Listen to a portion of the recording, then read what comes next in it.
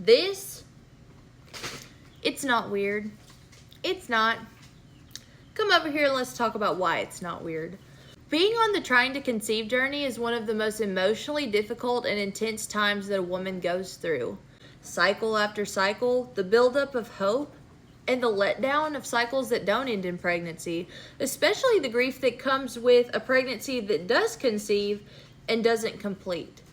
Did you know that 10 to 25% of women that haven't even sought out fertility care yet start to deal with clinically significant depression symptoms? You're talking about women that are 2 times more likely to deal with not only depression, but chronic levels of stress, anxiety, and fatigue. Not only are you dealing with entirely different body changes than you're used to, you're also dealing with compound grief. When you're talking about the compound grief that comes with the trying to conceive journey, you're not just talking about the loss of a pregnancy or loss of the hope that this cycle was going to be the one.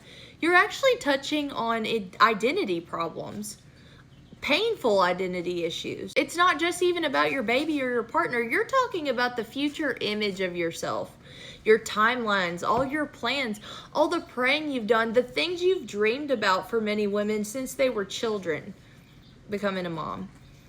And you get attached to that concept of what your life will be like, who you will be like, because compound grief is the kind of grief that keeps accumulating. 30 to 40% of women that are undergoing fertility care deal with clinically significant depression symptoms. We need to be kinder to women that are trying to conceive. It doesn't matter if you've never lost a baby or have lost many, many pregnancies. The truth is that it hurts.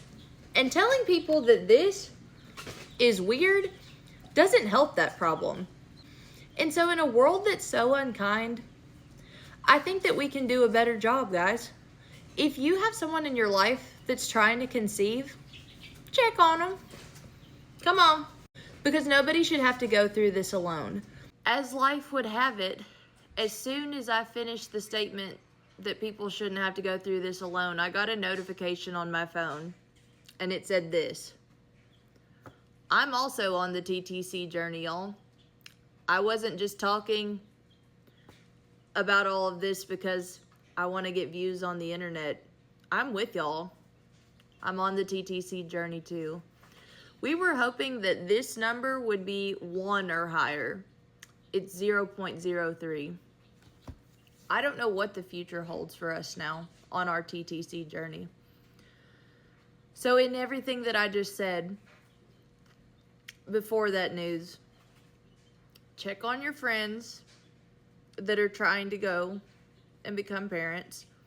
And if you have any tips or experience about treatment options for people with ultra low ovarian reserves, welcome to the wellness flock. Please pray for us and please drop any information you have in the comments. This is not something that should be shamed.